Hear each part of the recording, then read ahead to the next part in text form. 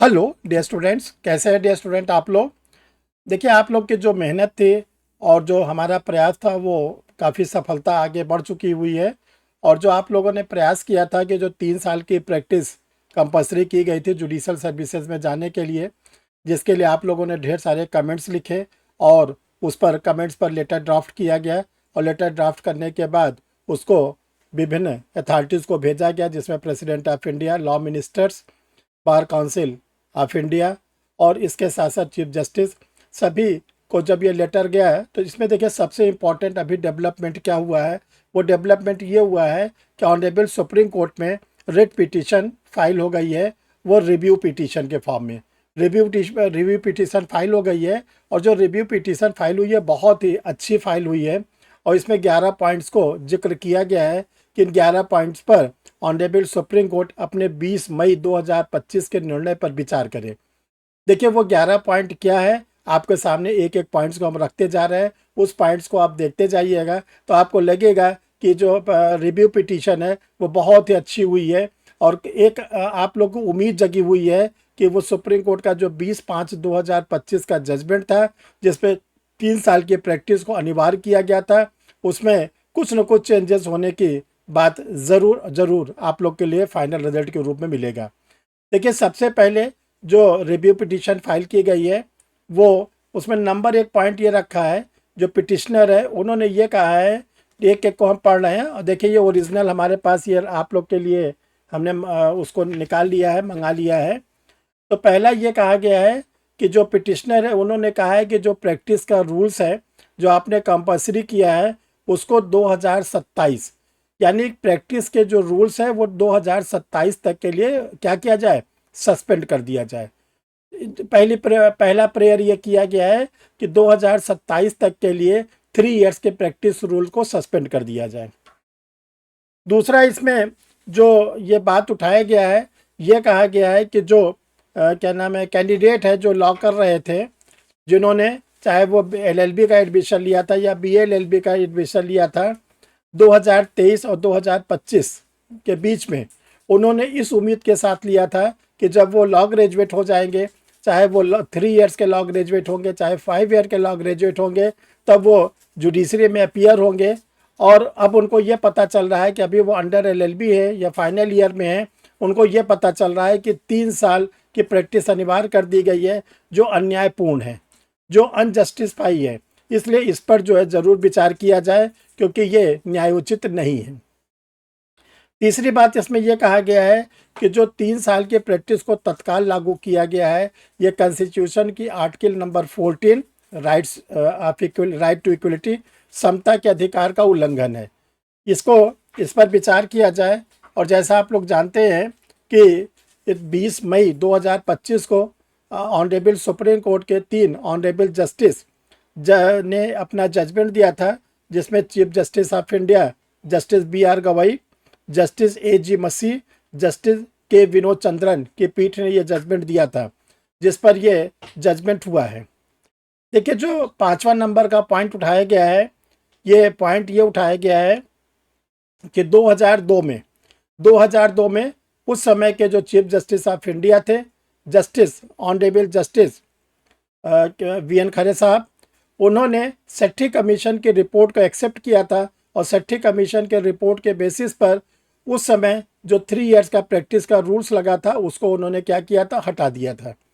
उसको हटाने के पीछे ये रीज़न था कि जो सेठी कमीशन ने कहा था कि जो लॉ करते हैं स्टूडेंट, चाहे वो 3 इयर्स के हो चाहे 5 इयर्स के हो, वो ड्यूरिंग LLB क्या करते हैं, वो इंटर्नशिप करते हैं, समय समय पर कोर्ट जाते हैं।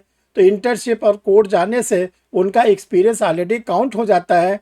इसलिए जो 3 साल का प्रैक्टिस 2002 के पहले लगा था वो ठीक नहीं है, क्योंकि वो अपने कोर्स के दौरान कोर्ट ज़रूर चले जाते हैं और कोर्ट के प्रोसीडिंग को सीखते हैं। इसलिए 3 साल की प्रैक्टिस लगाना ज़रूरी नहीं है। तो सेठी कमीशन की जब रिपोर्ट को एक्सेप्ट कर लिया गया था चीफ जस्टिस ऑफ इंडिया के द्वारा 2002 में, ऑनरेबल जस्टिस VN खरे ने यह जजमेंट दे दिया था कि सिविल जज जूनियर डिवीज़न की पोस्ट पर अब ज़रूरी नहीं है कि 3 साल का प्रैक्टिस हो। तो 2002 से लेकर 2025 तक उसी तरह भर्ती होती रही।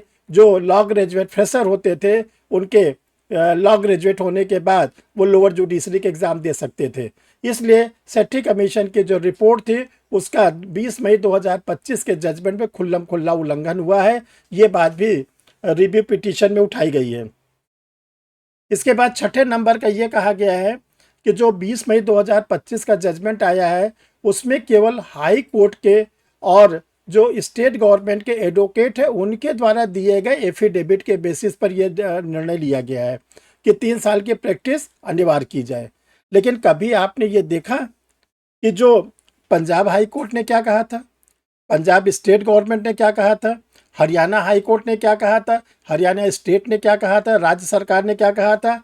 तो पंजाब हुआ, हरियाणा हुआ, छत्तीसगढ़ हुआ, राजस्थान हुआ, नागालैंड हुआ, त्रिपुरा हुआ, ये जो 6-7 स्टेट है इनमें से न तो इनके हाई कोर्ट ने न तो इनके स्टेट गवर्नमेंट ने ये कहा था कि 3 साल की प्रैक्टिस होनी चाहिए। तो आपने उनकी बातों को तो ध्यान में नहीं रखा और बाकी लोगों के बात को आपने ध्यान में रख लिया, इसलिए ये जजमेंट जो है न्यायोचित नहीं है, इस पर बदलाव किया जाए। देखो डियर स्टूडेंट, इसके बाद आप लोग के लिए 7वें नंबर की सिफारिश ये किया गया था कि जो ये कहा जाता है कि जो लॉ ग्रेजुएट फ्रेशर होते हैं जब वो जुडिशियल ऑफिसर हो जाते हैं वो अयोग्य होते हैं, वो जजमेंट नहीं दे पाते। कोई डाटा आपने निकाला, कोई स्टैटिकल डाटा आपके सामने है, कोई आपके सामने रिपोर्ट है, या एक दो अगर आपके सामने आए भी तो आपने पूरे के पूरे इकट्ठे सभी को अयोग्य मान लिया? ये न्यायोचित नहीं है। ये बिल्कुल गलत है कि जो फ्रेशर कैंडिडेट होते हैं जब वो जुडिशियल ऑफिसर्स बन के जाते हैं तो वो जो होते हैं वो सही जजमेंट नहीं देते। इसके साथ 8वें नंबर पर यह कहा गया कि जो जजमेंट है 20/5/2025 का, उसका पैराग्राफ नंबर 62, पैराग्राफ नंबर 62 जो कहता है कि विद्वान न्याय मित्रों और अधिकांश उच्च न्यायालयों के वकीलों द्वारा व्यक्त सामान्य विचारों पर भरोसा करना कि न्यूनतम प्रैक्टिस की अनिवार्यता की समीक्षा करने और बहाल करने का समय आ गया है। केवल उस हाई कोर्ट के जो एडवोकेट थे, यानी कि जो सुप्रीम कोर्ट में डिफरेंट हाई कोर्ट को रिप्रेजेंट करने वाले एडवोकेट थे या स्टेट गवर्नमेंट के एडवोकेट थे, उन्होंने ये कह दिया कि अब समय आ गया है कि 3 साल का प्रैक्टिस अनिवार्य कर दिया जाए। उसका आधार क्या था? क्यों उसको बेस मान लिया गया? जबकि ये कहा जाता है कि कोई न तो स्टेटिकल डाटा है कि स्टेट वाइज पेश किया गया हो कि जो जुडिशियल ऑफिसर्स आ रहे हैं वो अयोग्य है, वो जजमेंट नहीं दे सकते, ऐसा तो कोई डाटा ऑनरेबल सुप्रीम कोर्ट के सामने नहीं रखा गया था। केवल उनके कहने से ये लागू कर दिया गया, ये न्यायोचित नहीं है, ये सरासर गलत है।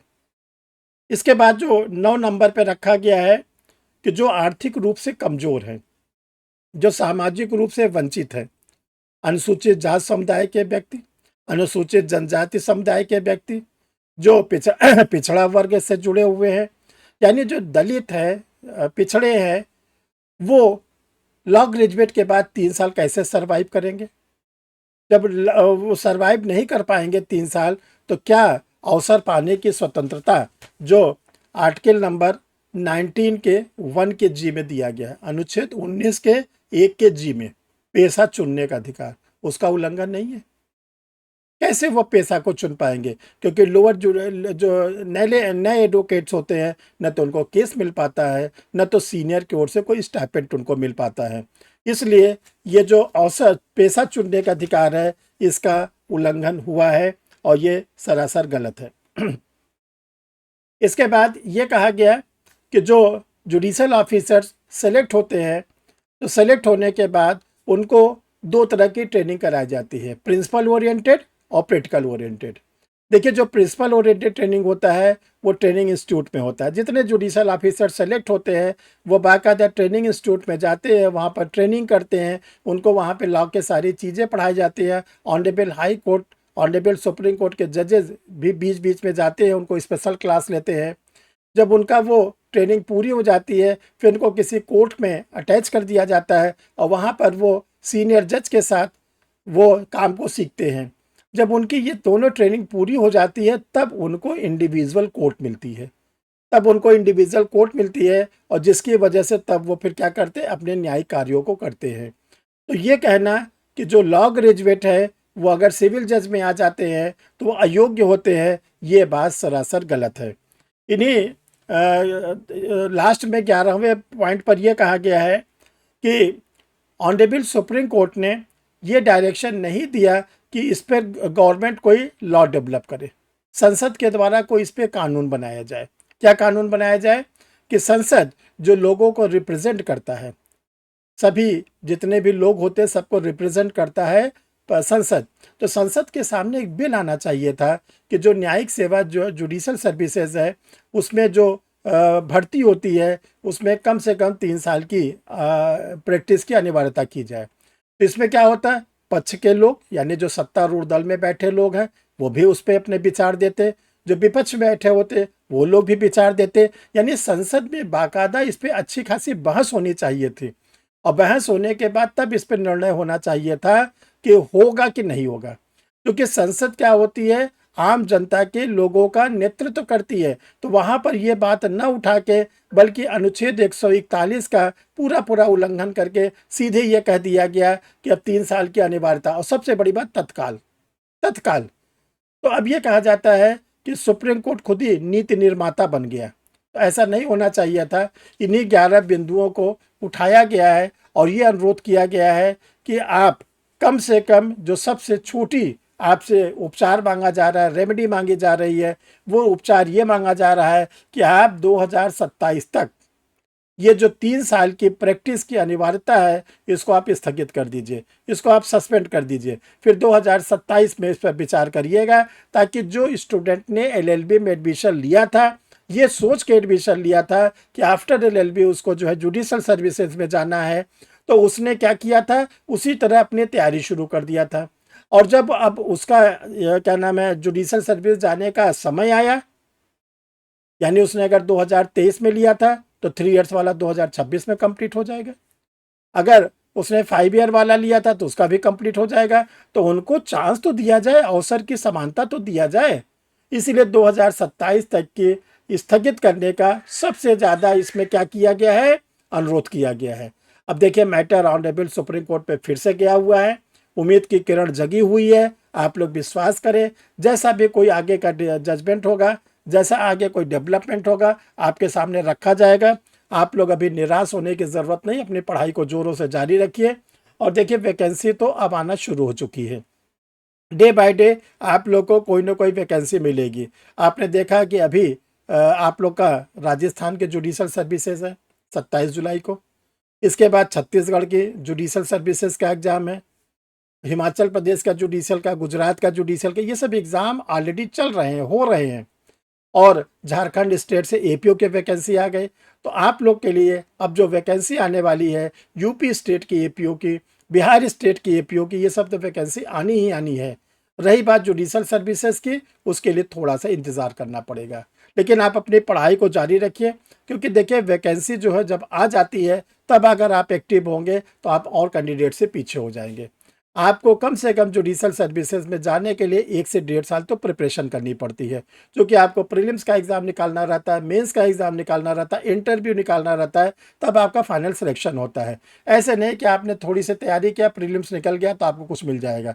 इसलिए आप लोग अपनी पढ़ाई को तो तेज़ी से जारी रखिए। और इसके साथ साथ हमने पिछले वीडियो में भी आपको बताया था कि जब तक आपका 3 साल का प्रैक्टिस नहीं होता तो आपके पास जो वैकल्पिक व्यवस्था है वो आप करते रहिए। आप अपना एलएलएम करना चाहिए, एलएलएम कर सकते हैं। एलएलएम को भी कहा गया है कि वो प्रैक्टिस का पार्ट माना जाएगा। जो लोग बिल्कुल फ्रेशर है वो ऑनरेबल हाई कोर्ट में जो लॉ ट्रेनीज होते हैं 1 साल का उनका कोर्स कर सकते हैं। 1 साल के कोर्स में आपको वहाँ से 25 से 30 हज़ार रुपये भी मिलते हैं। तो 1 साल आपने लॉ ट्रेनीज कर लिया, 2 साल आपने एलएलएम किया, वैसे भी आपका 3 साल पूरा हो जाएगा, आपके पास एक डिग्री भी आ जाएगी एलएलएम की। तो जो वैकल्पिक व्यवस्था है उसको तो आपको बता भी दिया गया, आप उसको करते रहिए। लेकिन जो डेवलपमेंट है ऑनरेबल सुप्रीम कोर्ट का, उसका भी इंतज़ार करते रहिए। और जिस दिन वो छड़ाएगा, जहाँ से गुड न्यूज़ मिलेगी, आपको सबसे पहले परीक्षा रिफ्रेशर लॉ क्लासेस पे उसको बताया जाएगा। डे स्टूडेंट, आप लोग को बताना चाहते हैं कि जो लोग दलित हैं, पिछड़े हैं, गरीब हैं, निर्धन हैं, असहाय हैं, विकलांग हैं, चाहे वो फॉरवर्ड क्लास के हों, चाहे एससी क्लास के, किसी भी कम्युनिटी के हों, उनके लिए एक आप लोग के लिए एक यूनिक बैच स्टार्ट किया गया है। और ये जो बैच आप लोग के लिए स्टार्ट किया गया है वो बैच 20 जून, जो 20 जून आ रहा है, 20 जून से आप लोग का बैच है।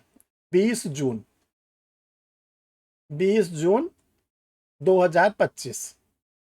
ये देखिए फुली एक हमने डिस्काउंट बैच स्टार्ट किया है कि, और ये जुडिशल सर्विसेज के लिए भी है, एपीओस के लिए भी है, हायर जुडिशियल के लिए है, कि जो लोग किसी कारण से ये इसलिए नहीं तैयारी करने की हिम्मत बांध पाते कि उनके पास उतने फीस देने के पैसे नहीं होते, उनकी आर्थिक स्थिति बहुत कमज़ोर होती है, तो उनके लिए ये विशेष रूप से ये बैच स्टार्ट किया गया है, जिसमें फ़ीस बहुत मिनिमाइज कर दी गई है और साथ साथ आपको पर मंथ भी फीस देने की इसमें व्यवस्था दी गई है। पर मंथ भी आप जमा कर सकते हैं और इसके साथ आपको live class, recorded video, test series, study material सब इसमें आपको इसी फीस में डिस्काउंट बैच में ही आपको सब मिलेगा।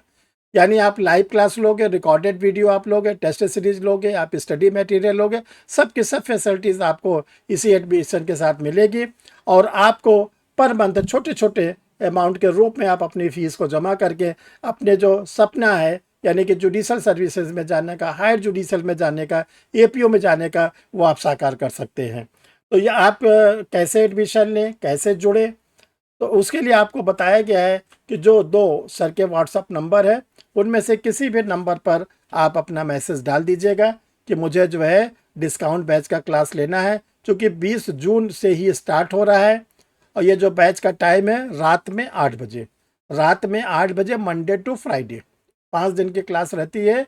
तो देखो 2 नंबर है, इनमें नंबर में से किसी पर भी आप अपना मैसेज छोड़ दीजिएगा कि मुझे क्लास करनी है, आगे की प्रोसीडिंग आपको बता दी जाएगी और ये ज़रूर लिख दीजिएगा कि मुझे जुडिशल में करनी है, हायर जुडिशल की करनी है या मुझे जो है एपीओ की क्लास करनी है। अपना ये भी लिख दीजिएगा कि हम हिंदी मीडियम में करना चाहते हैं कि इंग्लिश मीडियम में करना चाहते हैं। 2 नंबर है 9005078691, दूसरा नंबर है 9335144265। तो दोनों में से किसी भी नंबर पर आप अपना मैसेज को छोड़ दीजिएगा, फिर आगे की आपकी प्रोसीडिंग आपको उसी मैसेज वाले नंबर पे बताया जाएगा। थैंक यू डियर स्टूडेंट, फिर हम लोग अगले वीडियो में मिलते हैं।